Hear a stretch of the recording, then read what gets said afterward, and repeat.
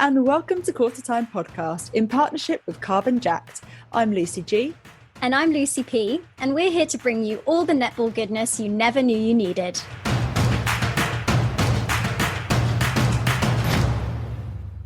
We're delighted to say that this series of Qtr Time podcasts is supported by Carbon Jacked, an environmental startup that helps you combat climate change. They are an awesome company that provide monthly memberships which plant trees, support epic climate projects, and help you to reduce your carbon footprint. Memberships start from just £2.50 per month, so you can help save the planet for less than a cup of coffee. Signing up is super easy. Go to carbonjacked.com and enter NetballPod for a huge 30% off. The link is in our show notes. Go check it out.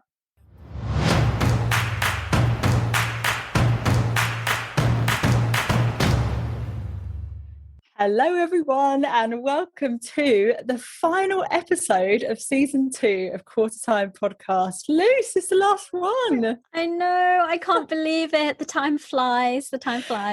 Genuinely, it has been an incredible year for our second season of the pod, and we feel so, honestly, so privileged and so lucky to be able to chat to some of the biggest names in netball world every single week. And of course, you guys, we have such amazing conversations on social media with all of you listeners. So thank you so much. We are truly blessed. Yeah, I sometimes forget it's actual humans listening to the podcast. Sometimes I sort of think, oh, it's just me and you having a bit of a chat. And then I sort of remember, actually, there's people listening in every week. So hi, everyone. And thanks for listening. That is so cute. But don't worry, guys, we won't be disappearing completely off the face of the earth. And there's going to be more coming up on that at the end of the episode about what we're going to do this summer. But back to today's episode, Lucy P, what have we got coming up on the show? So I have to say, this is a bit of a Burger King Whopper, to be honest with you. First up, we'll be taking a brief look at some of the international squads for the Commonwealth Games, which have been announced so far, including Scotland, Northern Ireland, Wales, South Africa, Jamaica and Australia, with some further information on the New Zealand and England announcements. Then we'll bring you up to date with the results from the ANZ finals and any player transfer news from the VNSL, which you may have missed, before moving on to our very special guest interview. This week, we're chatting all things World Netball with none other than World Netball CEO Clare Briegal. We chat to Clare about growing the global game, the Olympics, world rankings, bouncing back from COVID, and looking ahead to the Commonwealth Games in just a few weeks' time. Yeah, this really is a whopper. So get your walking shoes on, guys, or get your cup of tea, get your snacks ready, and get yourself stuck into this one. So let's crack on then. Let's take a look at some of the international squads for the Commonwealth Games coming up this summer. So Scotland, Northern Ireland and Wales squads have all been announced. And I think that, there's no major surprises in any of those. However, how amazing is it to see Fee Toner back on a squad list? We missed her dearly in VNSL this year. So really looking forward to that. And I think all three squads are looking pretty strong. Yeah. I'm particularly keen to see what Tamsin Greenway and Sarah Francis Bayman can do with Scotland. I think there's so much potential there and definitely going to be ones to watch. Yeah, I think them, but also, both of those other sides as well, like Wales are going to be gunning for it after missing out on World Cup. So yeah, I can't wait to see that. Next up, on to South Africa. They have announced their full 12 and training partners. Carla Pretorius, obviously absent as she's on maternity leave and has just had a little baby. Congratulations to her. And for me, there was a glaring omission of Siggy Berger, not just in the Commonwealth Games squad, but in the 24 athlete contracts that were handed out. It's the first time that South Africa have offered these. Clearly, they're ramping things up ahead of the World Cup next year. But pretty devastating for Siggy, who is one of the most accurate shooters in the VNSL and still so young and got so many years ahead of her. Yeah, that must have been devastating. I don't know if I would have put her in my squad of 12 for South Africa, but I absolutely would have had her in that training environment. For sure. And she didn't necessarily have her strongest season, but she really did come into some form at the end of the season. So yeah, absolutely devastating. But how good to see South Africa moving towards that professionalisation with those athlete contracts. Yeah, for sure. Okay, next up is Australia. The full list has been announced. And actually, there was a cheeky little leak prior to the announcement as well. Naughty. Little leak sounds like something you get a nappy for. I'm not quite there yet. I'm distracting you. Carry on, Luce, with what you were saying about the Diamond Squad. It's a very sensible podcast. So, jokes aside, the main omissions for me were obviously Maddie Proud, Maddie Turner, and Sophie Garbin. And I was personally a little bit surprised to see Kate Maloney in the squad over Jamie Lee Price. I don't know, maybe that Vixens connection had something to do with it. I would say, looking at the squad as a whole, the shooting end is probably the weakest. I think Wood and Conan haven't had the greatest seasons, but I don't know, I guess we'll just have to see how they go internationally. There was a really great interview with Stacey Marinkovic on Netball Scoop about the squad, so check it out if you haven't already. But #justice for Proud. Yeah, I agree about the shooting end, but I just also... Gretel Bueta is so dangerous. So she is insane. What can you do?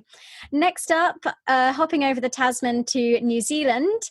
New Zealand have not announced their final 12, but they have announced 27 trialists, which is a very strong list. Great to see the inclusion of Christiana Manua, and I really think she has a decent chance of getting in that 12. There are quite a few names missing for New Zealand, notably Karen Berger, devastated for her picking up that injury, and Michaela Sokolic-Beatson. So, yeah, bad news for New Zealand fans, especially with Jane Watson also out, who's also had a little baby. Congratulations to her. Babies everywhere. And Ekenasio is back on the list of trialists. And, I mean, they have a wealth of depth in the mid-court. It's really just a case of who they can slot in. But they've lost a massive amount of experience compared to the squad that they took to World Cup in 2019. Interesting as well that they are doing a formal trials process rather than selecting based on performance. I know that will obviously come into it as well, but we know that Knowles has got very high fitness standards. So I guess it makes sense to just get them all together in a room, make them sweat. Yeah, for sure. We know already that 5 of those 27 have actually failed the yo-yo test as it stands. So I think they're going to be doing it again at the end of the trial process to try and give them as much time as possible to get up to speed. But I don't know, like I'm in two minds about New Zealand. On the one hand, I'm like, I think they're missing too many big names, and the likes of Ekenasio isn't back to the form that she was in World Cup. So I would question whether they'd even medal. But then the other half of me is like, Lucy, you're an idiot. Like, don't discount the Ferns, and in Knowles we trust. So I just don't know where to go. It's such a tough one. And actually, there was a really great article with Knowles, and she said that making it to the final is going to be a challenge. Like she's openly said that, you know, that they're missing experience, and also they see England as a massive threat. So we shall see. Who knows? Who knows? But the turns might have tabled since the tables might have turned since the World Cup. You know, in terms of they might be the ones who are devastated, head and hands. Yeah. I mean, I wonder whether she said that just to sell us down a river, and then they would come out and be like, bang. But we'll have to wait. I would not be surprised at that at all. No way. So next up is Jamaica. Oh boy, this squad could be absolutely deadly, and I genuinely think that they've got a solid chance of medaling this year. The defence end is, I'd say arguably, isn't even arguably, they are hands down one of the most dynamic and scary of any nation in the world. And they've also arguably got the best goal shooter in the world down the other end. The only area for me that may let them down is that mid-court, but also goal attack position as well. I think if they can keep the speed and the dynamism that they're known for, but also remain disciplined and treasure possession, then they could absolutely make that final. And I was chatting to one of my besties, Yvonne. Hi, Yvonne. She messaged me about Jamaica, and she said that she thinks Jamaica are now where the Roses were a few years back, with that sort of lacking of the depth in the squad that we now have and others have. And I think this is probably the best chance they've ever had to win a medal, as I wouldn't be surprised if Fowler retires after, or if this will be her last Com game. So I wonder if it's a case of now or never for them. I don't know. Yeah, maybe. I definitely think they shouldn't be underestimated. We did not see the best of them in that series against England just before Christmas at all. People should be watching their backs. Yeah. Finally, then on to England. So we know the announcement is coming soon. There's been much speculation about who's going to get selected. So do keep your eyes peeled on our social media over the coming days, as we'll be doing another recorded Twitter space with some very special guests when the Roses squad announcement has actually been made. I think probably bar a few exceptions, the squad will be largely predictable, particularly with Serena Guthrie now retired, which kind of takes out another option in the mid-court, which was an area of contention. But there are still some question marks in all thirds.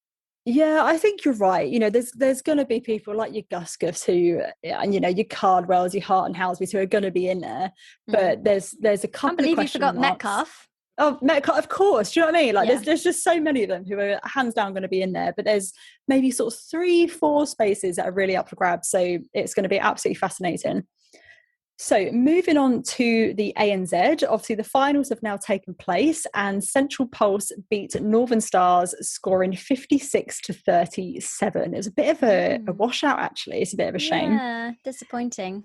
Yeah, Pulse actually became the first team to win 3 ANZ Premiership titles, and it was a 15-6 first quarter, so it was just total domination.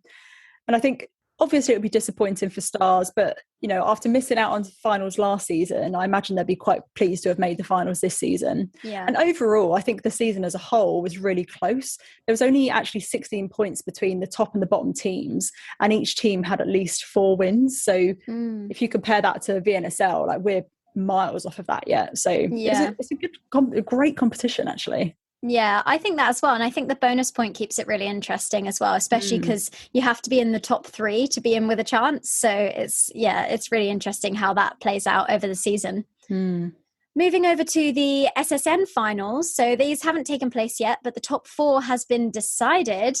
And it all came down to goal difference in the end, which is just crazy. Because people always say, oh, yeah, get as many goals as you can just in case. And you never think it actually will, but it did. Vixens, Fever, Giants and Magpies will battle it out. Really great to see some Roses representation across those teams as well. Sorry, Houseby. Wish you were there. Love you. Bye. Heartbreaker. Yeah, the Swifts did lose out by just a whisker, which is really devastating for them. But to be honest, considering that injury to Sammy Wallace in round 1, I think it's still a massive achievement that they came in 5th and only just missed out. Who will take the title, Luce? Oh, you're going to put me on the spot. I am going to say... I got a head and a heart situation. I'm going to say Vixens.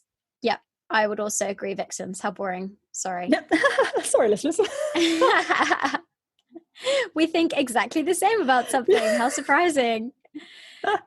Yeah. No, I think it will be really close though. I hope it's a Vixens Giants final. Ooh, Fever hater. No, well, a bit, yeah, sorry. See, I love Fever now. They've got Dan Ryan. Fever me up. I love it. Fever me up. To be honest, I'd be very happy with any of them. I've got love for all of them for various different reasons. So I just want a good battle. Yeah, exactly. You want it to be close. You do want it to be close. Also, some huge news out of Australia about the debt situation for Netball Australia. Very concerning. Shani Norda on Twitter actually calling for them to sell the league. Massive drama. It's just, that's all come out this week as well, hasn't it? Yes, absolutely huge news and genuinely really concerning. But I don't actually think it's necessarily the worst idea in the world to separate SSN and Netball Australia. It'd be really interesting to see where they go from here over the next sort of 3 to 5 years. Yeah, I think as well, also remember that the amount is in Australian dollars. It's not in pounds. Yes. Because I was suddenly like, oh my God. And then I remembered that it's of the conversion rate. And it's still not great, but slightly less bad. So, yeah. Yeah, I did exactly the same thing. Why are we literally the same person? Get out of my brain. I know. Jeez. We need some time apart, Liz. That's why we're having the last episode now. We're just morphing into the same person. Anyway, moving on to some player transfer news from the VNSL. So take it away, Luce. What's been happening? Oh, not a lot, just some minor details like Qtr becoming head coach and player at Wasp Netball. No biggie. What? Also, Absolutely side wild. note related to that, do we think that Rachel Dunn is moving, retiring? I don't know. Like, I wouldn't be surprised if she retired, but doesn't she live in Bath? So I actually wonder if she might move to Bath or around that area. Well, actually, I don't know if she does. I think she does, actually. I think I stalk her on Instagram, probably. She's playing tennis now for the summer. I'm really loving that for her. Well, there you go. Kim Borger's gone. So could there be a move there? I don't know. Possibly. But yeah, it wouldn't surprise me if she retires, although that would be devastating. Yeah, absolutely. But as well as that, Laura Malcolm and Joyce Mvula have moved abroad. We've now found out that Mvula has gone to championship side Central Pulse in ANZ. And rumour has it Malcolm might be going to tactics, but no one knows yet. So TBC. Exciting stuff. Love that. Very exciting. We also know that Dee Bolokoro from Stars is retiring, and Amelia Hall for Rhinos has taken a year out to travel. So best of luck to both of those in their endeavours. And also as well, I know it's not VNSL, but just to quickly mention Nelise Potgieter, who has been dropped by Thunderbirds, which is absolutely devastating. She seems heartbroken by it. But I do wonder, will she come over to VNSL? Maybe. Oh, I would love to see that, because obviously we know that we've got two, shooting positions available at Thunder and Bath, and potentially others as well. We don't know. Yeah. Ooh, very exciting. Coming up after the break, we hear from just the CEO of World Netball. No biggie. It's Clare Briegal.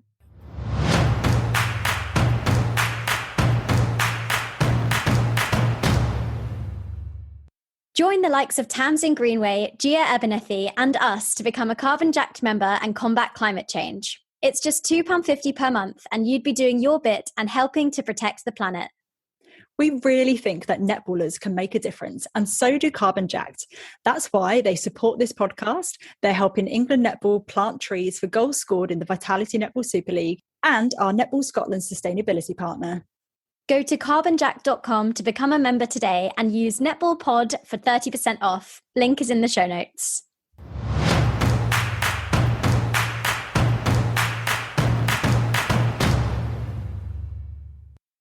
We are absolutely thrilled to welcome the CEO of World Netball onto the pod. It's Clare Briegal. How are you doing, Clare? I'm very good today. Thank you, Lucy. It's a pleasure to be here. Very much looking forward to upcoming Com Games, no doubt. We're not far away now. I know it's a matter of days. I think it's something like 44 days or something. So we really are counting down and starting to meet regularly with the teams and get into the detailed planning now. So very exciting times. It's going to be a fantastic competition in Birmingham. Yeah, absolutely. No doubt. Honestly, it just feels like I blinked and suddenly went from 100 days until now, like you say, 44 days or something. So yeah, it's fast approaching and we honestly cannot wait. So thank you so much for coming on the pod today. To kick us off, you were appointed as interim CEO of World Netball in 2012 and later made permanent CEO in 2013. And you're now approaching a whopping 10 years in the role. In that time, you've been steering the ship for netball and you've been at the forefront of the growth of the international game. And this includes a couple of, I imagine, extremely difficult seasons with COVID and everything. So in your opinion, what's been the biggest change that you've witnessed in terms of the global game during your tenure? Oh, the change in the global game. Well, we are seeing the growth of the game, but I think we're seeing the visibility of the game growing. So being a predominantly female sport, we don't tend to shout about it quite so much. We quietly get on and do it and grow somewhat organically. And I think we've been working hard. When I say we, I don't just mean World Netball. I mean in concert with our member countries, our 75, well, they're up to 79 member countries now, making sure that we get the sport into the press, on websites, on television. And that's the difference, is people are starting to recognize. And we know that 4 years ago, when we were down in Australia at the last Commonwealth Games, that was a turning point for a lot of people, that particularly in the United Kingdom, that hadn't seen much of the sport. And all of a sudden, everybody's talking about netball. It's the game that everybody wanted to watch at the end of the last Commonwealth Games. And those key moments are really important. I know it's a cliche, tipping points, but you need those. You absolutely need those. We need the media behind us. And so that's probably the biggest change, is that netball's being talked about, which is fantastic.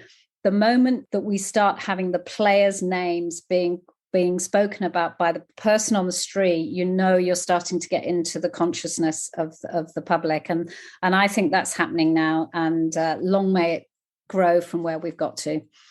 Yeah, 100%. And obviously Australia, New Zealand probably lead the way in that respect. But we are seeing now, with the success of England Roses in 2018, that the likes of a Helen Housby, with her, Red Bull sponsorship and Nike sponsored athletes like Kadeen and Sasha Corbin, they are starting to become more household names. So you really can see that change in the sport. And I think in relation to this, sort of the extent of coverage that netball is receiving, we have, like we said, seen great progress in recent years to bring it into parity with other sports, particularly male-dominated sports, in terms of that coverage and professionalisation. But we do still have a fairly long way to go. Yeah, it's a huge way to go. We're well off parity. I'm sure in your program's covered all the stats. We are still just making baby steps, and that's the frustration, if you like. So what do you think then is the main factor that's kind of holding netball back from that sort of next big step towards professionalisation? Is it actually related to the coverage? I think that's one of the key issues is for us. We're still having to shout to get the sport covered so that it is visible beyond those that the immediate netball family. It is getting better. I suppose I like to look at the positives. Let's think about what we do have. We have a huge volunteer workforce. We have a huge participation base, particularly in the core Commonwealth countries, but growing outside of those. And we have some amazing leaders and role models in our sport.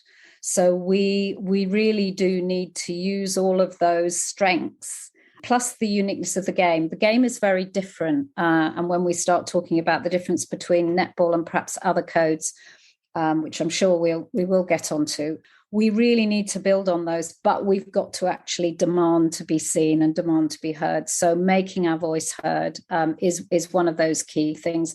And there are so many opportunities for our sport, but whilst world sport is still predominantly occupied, sort of the leadership is predominantly by people who haven't touched netball, they've not played it, or they're not aware of it. It's hard for them to include us in the conversation. Sometimes they don't think of it. So we actually have to work twice as hard to make sure that our voice is heard. Yeah, 100%. And I think, in recent years, if we look at that being a predominantly female-focused sport, that is obviously one of the USPs of netball and one of the things that a lot of people hold very dear. But we have seen the growth of the men's and mixed game, which has been exponential and absolutely wonderful to see. We had a couple of members of EMNA doing an episode with us this season as well, which is fab. Yeah, they're great. Yeah. So how does World Netball see this developing? Like, how will you continue to balance the inclusion of men and mixed netball with the priority of keeping that unique female-led aspect of the sport? Well, I hope you've noticed that we have had a change in our vision and our philosophy, and we are looking at all ways now to embrace men and boys in our game, and that's a change in philosophy. And I think that change is accelerating because I think we do offer a different type of product that is appealing to men as well as women. We need to understand that difference, and I think there are certain ways that that our sport is fundamentally different. If you look at the approach and the values that we hold dearly in our sport, we spent quite a lot of time at the end of 2019, 2020, developing our latest strategic plan. And we thought long and hard about our values. And deep in those values are two, which are teamwork and heart. And really saying that those apply throughout our sport. And that's the philosophy. And then when we come on to how we govern, we don't govern by command and control. We govern by consultation and reaching consensus. And our sport on the court isn't played by one superstar that scores all the goals and makes all the passes. Our sport it's a team game. You can't win by having one exceptional player. You can go quite a long way, but the top teams need that the zones on the court to connect with one another and teamwork. So I think there's huge strength, but we are making noises publicly so people understand that we're not trying to exclude men and boys. And I think in the past there's been a view that the International Federation has been trying to exclude. And that's really not been the case. It's been a case of, in a world where resources are not spread equally, we've had to work really hard with the limited resources we had. But I think now we're shifting our view to say, if our vision is to be a sport that is open to all, then that's an inclusive mantra, and excluding half of the population would be the wrong thing to do. It is the wrong thing to do. And our founders, way back in 1895, they suffered real exclusion from sport. And I think they'd be horrified to think that the women of today would want to exclude anybody from playing the sport that they invented. So we've really, in the last few years, come to terms with our role in that. And now look at the opportunity for growth in the countries where netball is really established and played through schools. That's a huge opportunity for growth. And the men aren't going to take resources away from us. Men bring resources in many countries and control resources. I mean, that's the reality of the unequal world that if you look globally. So let's look at the positives on that and let's build that. And I think we've seen a change in our members over the past few years, working more closely with the men's and mixed netballs associations in the countries where they were separate. But in many of our countries, they've never been separate. If you look at India and Pakistan, there are women's leagues and men's leagues. But again, people don't talk about them. And so we can provide that visibility for the men's side of the game as well. So you can tell I feel strongly about this. I think there's no place for exclusion in today's world, and our board have really started to promote this, and we have very good dialogue with our members on it now. And we've surveyed them. We've had men's only focus groups. We sound like the men's sport that are introducing women. I've learned a lot from talking to rugby and cricket about how they've made sure that we're inclusive in our methods and bringing more men in to help govern our sport. So actively seeking men on our committees and panels and on our board, and that's really happening now. So it's been a really good experience, this. Yeah, and you can absolutely see the growth in so many countries. Obviously, the one that we know best is England, being based here, and the growth that Emna have had is just been incredible. And the thing that came most clearly out of our episode with Emna is that no one is in it to take away the resources from the women. I've yet to meet any male netball player who wants to take that away from women and from the women's game. We're all just here to enhance each other, to enhance the sport, to grow the sport collectively. And, that's absolutely the way forward. But I find it really interesting when you mentioned these values. Obviously, June last year, the new strategy was launched, and we've been reading it very, very closely. It's absolutely wonderful. And within the strategy, there are these 7 essential values that are absolutely crucial to maintaining the growth and the integrity of the game. So as the global governing body for netball, you would obviously want all of your member nations to live by these values. So how do you empower the national governing bodies to live by the World Netball values? And would there be a point where World Netball steps in if they feel that a governing body isn't living up to these values? Or how do you empower NGBs to live out these values?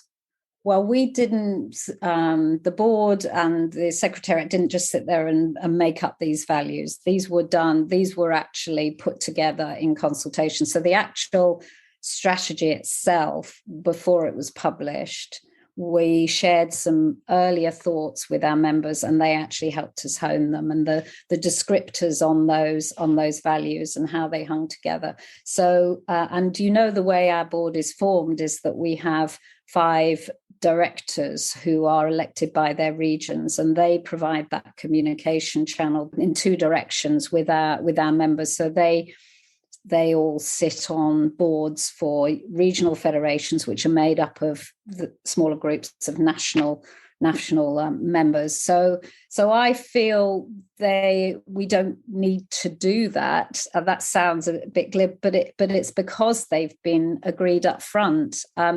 We will. It's interesting. We do really use those values as well. So I've got a small staff team. Wish I had a bigger team. We could do so much more quickly. But I have a fantastic team, and we talk about in the annual appraisals.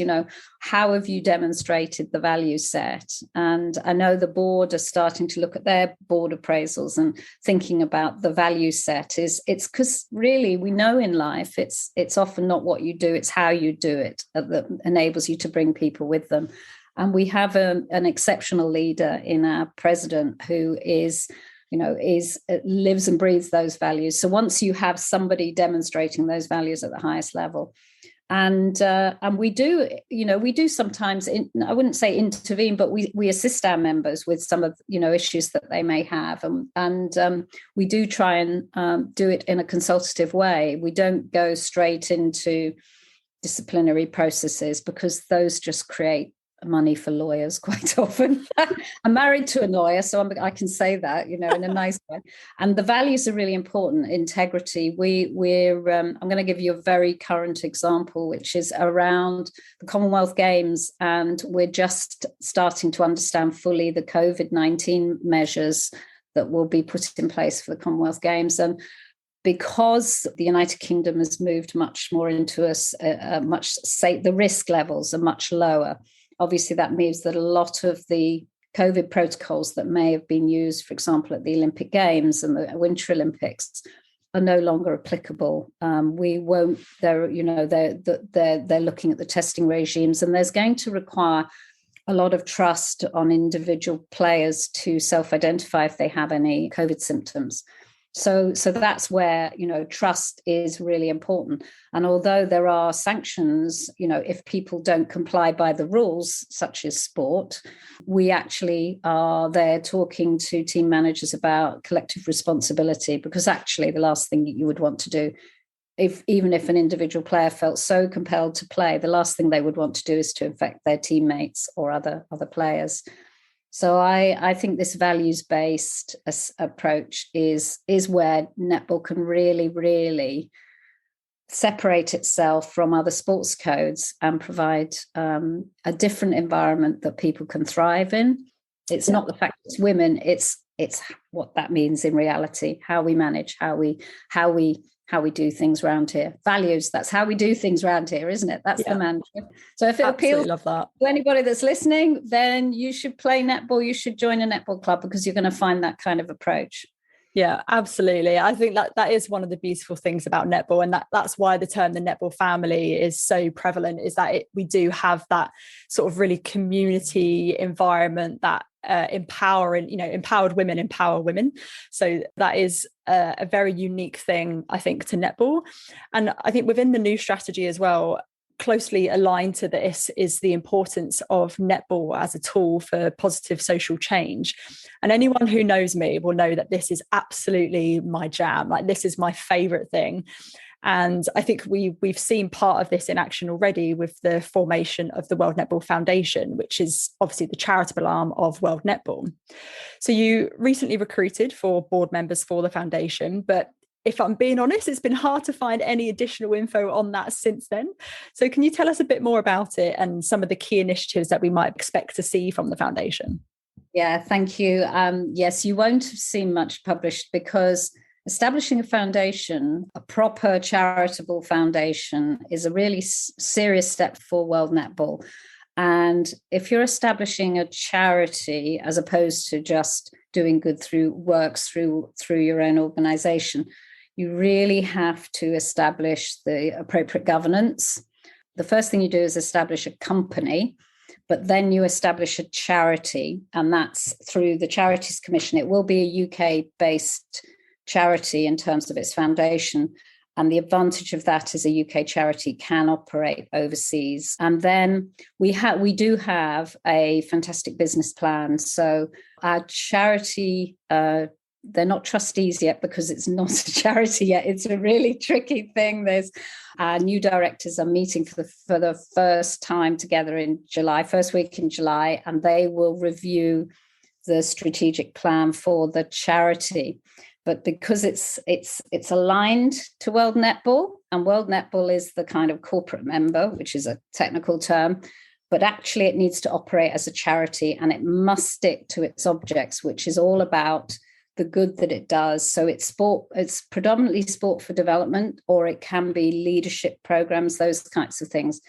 But it isn't all about just developing participants in the sport, numbers in the sport. And that's a really important distinction, because that means that it will be able to approach organizations out there that raise funds, and it will be able to seek grants. So that's a really, really critical part. And it will work through lots of partnerships with organizations. So we've appointed a project manager who comes from a really experienced lady who comes from football charity world. And Monica is doing a fantastic job in establishing our charity correctly. And we've got these fantastic directors who will be trustees, and they're based not just in the UK. So we've got one from Africa and one from Australia, and they will guide the next process. So we will be being very noisy about this at the World Cup next year in South Africa, in Cape Town. So that's what we're working towards.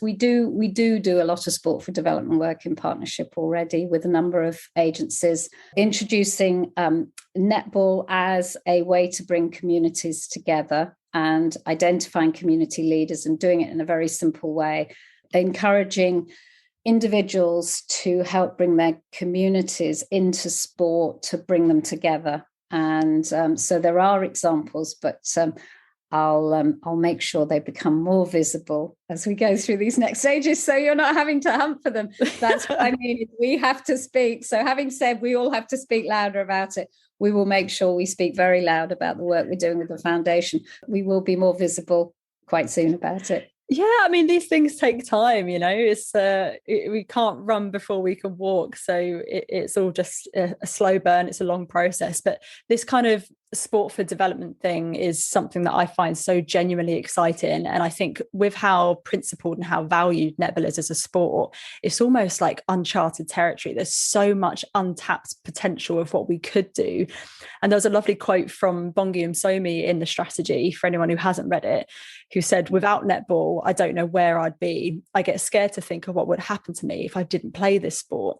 And we can see loads of great examples like Praskovia Peace, Mary Chollock, who've been very vocal about their experiences and how netball's helped them, and how they're developing the sport in Uganda.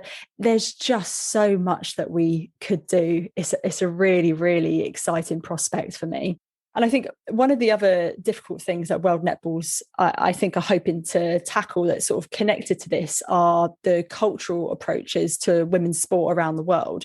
And we know that currently there are a lot of places where women are less empowered to participate in sport, or even banned from participating altogether. And there's a quote from you previously where you say, "The challenges are different region by region and country by country. In some cultures, women get very little. In other countries, women aren't treated equally.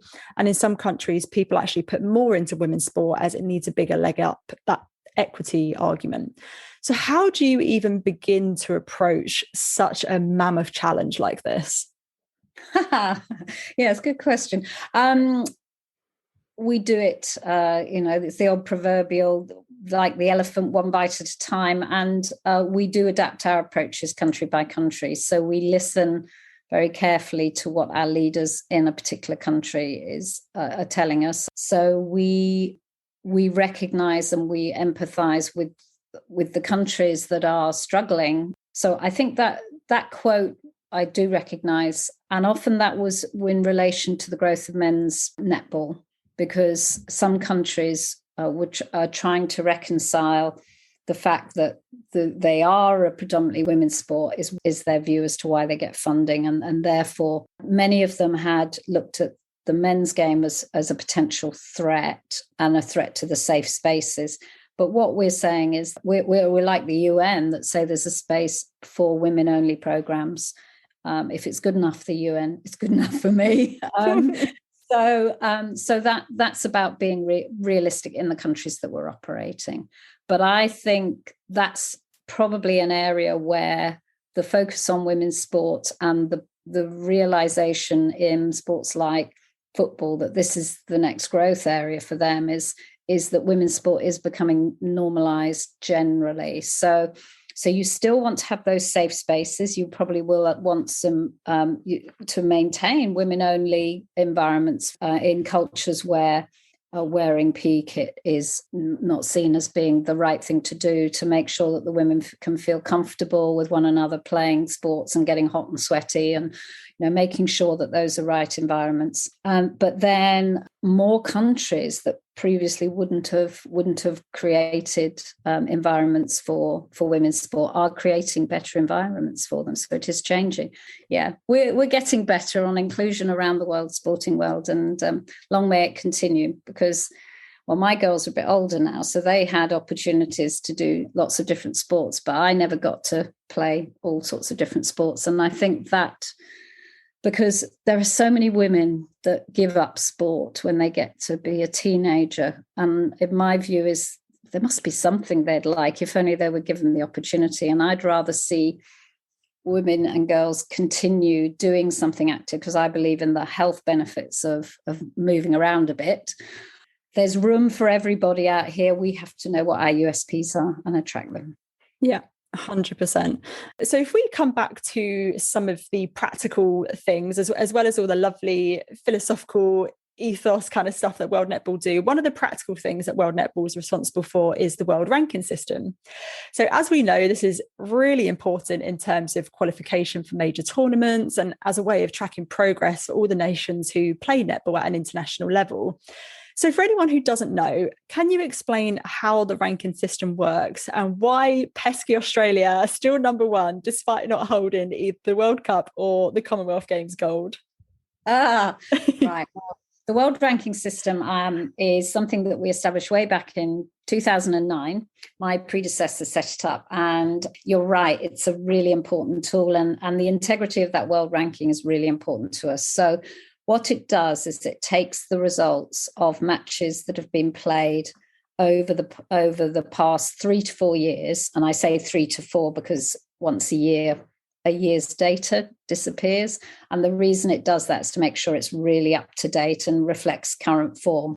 So what it does is it only looks at a win, a lost match, or a draw. So it only considers that, and it awards ranking points depending on what the outcome of the match is.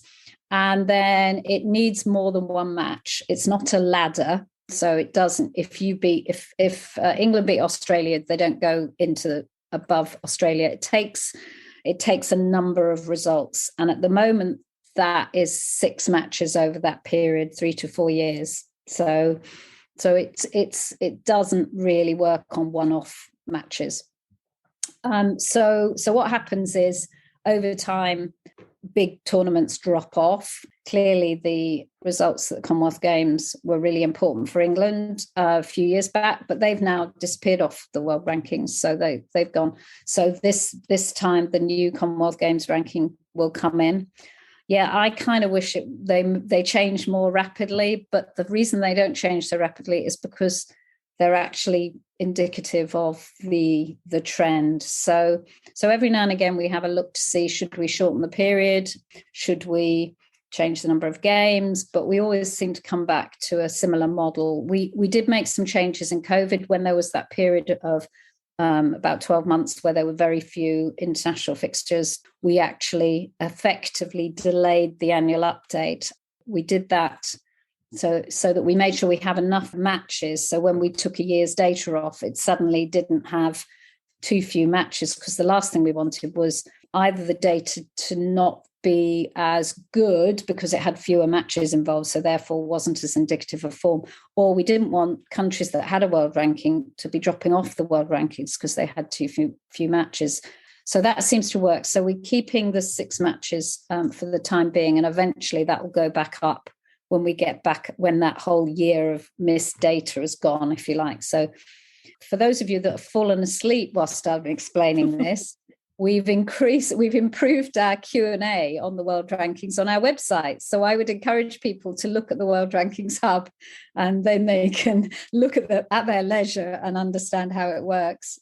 So I don't know, has that helped at all? Yeah, definitely. I mean, it's just one enormous jigsaw that I'm very grateful that I don't have any involvement in, because I don't think I'd be able to wrap my head around it. But yeah, I mean, I hope we are seeing a change in like the gap between nations as well on the world rankings. Yeah. So we used to talk, I mean, and that's where the game has really developed. So you'll remember, 10 or certainly 10 years ago, it was all about Australia and New Zealand, and then you'd have the next two were quite competitive. So England and Jamaica were quite competitive, and then you had South Africa and Malawi quite competitive. So what's happened certainly over the last 5 years, which is terrific, is that the gap between the top and the fifth has shrunk, and the gaps with the others. So there's always quite a lot of movement in the next level. But we've seen all those gaps concertina down, which means when we came to the World Cup back in 2019, we had 5 countries that could have won that World Cup. And I think we're the same for Commonwealth Games, which is why I'm so excited about it. So yes, it's going to be so juicy. And speaking of Com Games, another big competition that's been a big talking point in netball for the last how many years is, of course, the Olympics. And we know that you were elected as council member of the Association of International Olympic Committee, the recognised International Sports Federation in 2021. Wrap my mouth around that.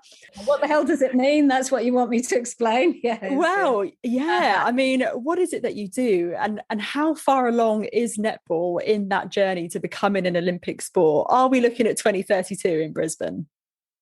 Well, we're looking at it. So what we have announced publicly, and we made it clear to everybody that we're investigating. So 2032 presents us with an opportunity that perhaps we've not had over the last few years, when a strong netball nation is hosting the Olympic Games.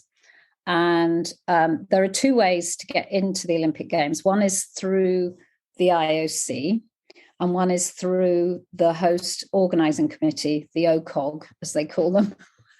Lots of abbreviations here. So imagine the organising committee. So Brisbane themselves have an opportunity to present some sports to the IOC to say, these sports are really strong in our country. For whatever reason, this fits the philosophy for the Games we're organising, we would like to propose those.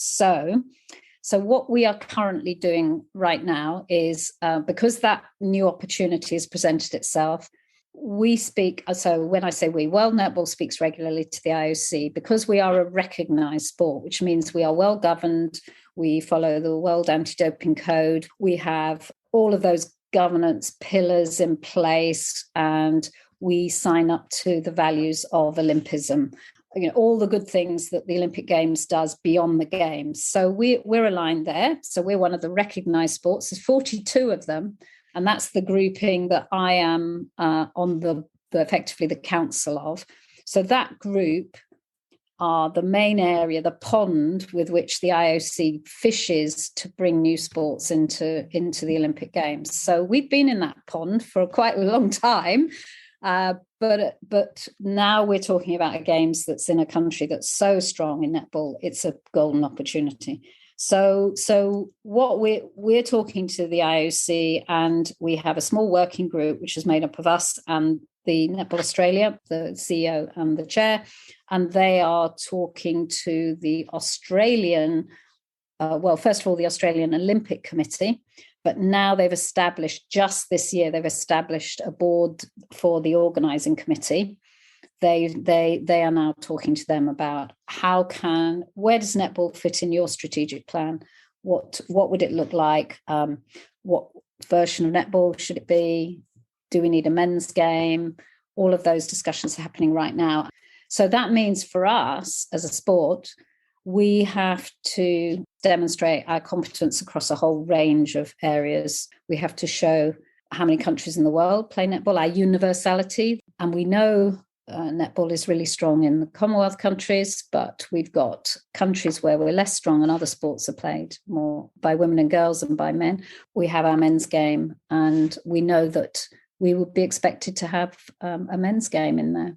And those are really interesting conversations. So it means we need to make sure our members are with us on this journey. So those are the dialogues we're having with our members right now. And if we go for it, one thing to be clear is it's because it's right for the development of the sport, because in itself, there's only so much of a chance that we would get in, because every sport wants to be in the Olympic Games. So there you go. How important are the likes of the Olympic big hitters, for lack of a better word, the likes of China, Russia, USA? How important are they within the Olympic conversation? They're really important because they bring audiences, and the Olympics needs financial income. So broadcasting is a really important part. And we've got some really strong markets in broadcasting that maybe bring some new things. India is really important as well because of the population. So don't miss them off the list. The good thing about India is that it is a country where netball is known.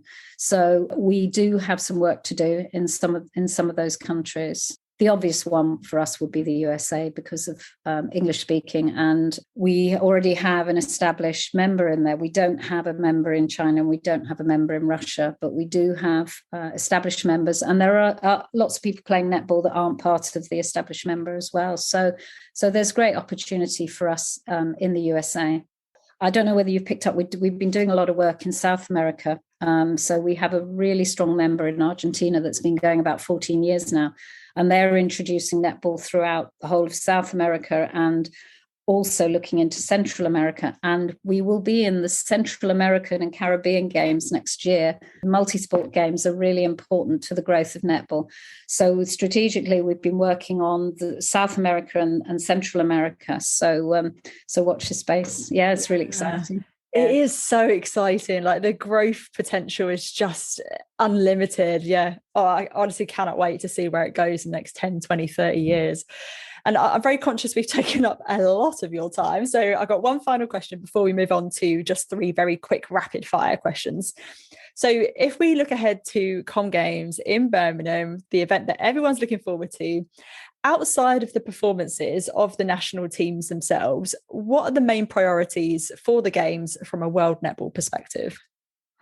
Oh, well, it's back to that visibility, isn't it? So our priority is about getting netball talked about. We want netball on the lips of everybody in the core nations, and we want to have impact outside of that. So if you look at our strategic plan about grow is about growing the game, but also the impact of the game and the participation and the eyes on the sport. So growth is our objective. We know the game will be put on at the highest level. It will be a world-class event. We've got the top 12 teams playing. So that bit's taken care of. The organising committee are doing a great job. We've got a really good technical delegate. We've got our world-class umpires appointed. So the game technically, it's being played in a country that understands netball and with an organising committee that will do a fantastic job. So this is about amplification. The game's there for everybody to see. We just need to make sure everybody sees it and hears it. Yeah, amazing. Oh, well, cannot wait. It's set to be a truly exceptional Games. So rapid fire, brace yourself. First up, what is the best live netball game that you've ever watched? Oh, my goodness. Oh, that's really hard. Am I allowed to say this? I don't support any particular team in the world, but I have to say the final of the Commonwealth Games in Gold Coast was pretty exciting. Yeah, that was really exciting. I mean, that changed the netball world, so yeah, there are loads. Yeah. Too many. I imagine you've seen an extreme amount of netball games in your tenure as well. So that's a good choice. I'm very fortunate. I am very fortunate to have seen some great games. I love it when you've got 2 match sides. So it doesn't need to be necessarily the ones ranked 1, 2, 3, 4. I love all the games. I really do love it. The other game, I'll tell you the other game. I might get into trouble with this with Jamaica. When Botswana beat Jamaica at the World Youth Cup in Botswana was an amazing moment in a arena full of 3,000 Botswana fans when they beat Jamaica. That was a fantastic moment. But like when Malawi beat New Zealand, and there's a bit of a theme here. I always like the unexpected. Yeah, I'm with you on that one. Some great choices there. Okay, secondly, who is your favourite ever netballer, either past or present? Oh, golly. I have to say, she's not a player I ever saw play, but she was my boss who brought me into the sport. So Molly Roan, the Honourable Molly Roan, who just made a space for me in this great sport. She brought me in. I never worked in sport before. I was a passionate sports volunteer and done lots of things in my life. I came from a commercial background, but she and I got on, and she brought me in through an interview process. So I have to thank Molly personally for her leadership. That's fantastic. And finally, if you weren't CEO of World Netball, what would your career be in? Do you know, that's funny because I've done lots of different things in my life, and people often wonder how I went from one to the other. I don't know, but I'd be busy, and I'd probably be trying to do too much in the day. That's my usual complaint. That sounds relatable. Sounds very familiar. I'd still be in maybe commercial business marketing, but I made the switch, and I'm so glad I did. That's a one-way direction now, and I'm getting a bit long in the tooth to go on to anything else. So. Well, I think the netball family is glad you made the switch as well. Claire, thank you so much. It's been such a joy to chat to you, and thank you for your generosity today. That's all right. Yes, you can shut me up now. I'm sorry. I tend to go on rather a lot. So I've got a few things to do with the countdown to the Commonwealth Games, and I'd really urge all your listeners to watch what they can and listen to what they can. I think it's going to be a terrific competition. Yeah, you're spot on there.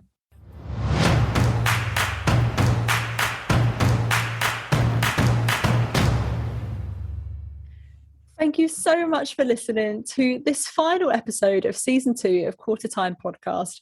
It has genuinely been such a pleasure nattering about netball every single week since February this year. And we just wanted to say a huge, huge shout out to everyone who's listened in, who's got in touch, who's shared their comments and their thoughts on the episodes via our social media channels. We love you all. Yay! As we mentioned at the top of the show, we aren't going too far away, and we'll be doing another recorded Twitter space in honour of the upcoming England Roses announcement. So do stay tuned on Twitter for the news of when that will take place. We'll also be re-releasing some of our previous interviews, which make for really interesting listening, and those will be coming out over the next few weeks. We will, of course, be bringing you all the analysis and updates that you need from the Commonwealth Games starting at the end of July. So do not worry about that. We've got you. We've got you covered, babes. Make sure you subscribe to the podcast and follow us on social media at Qtr Time Pod for the latest netball updates.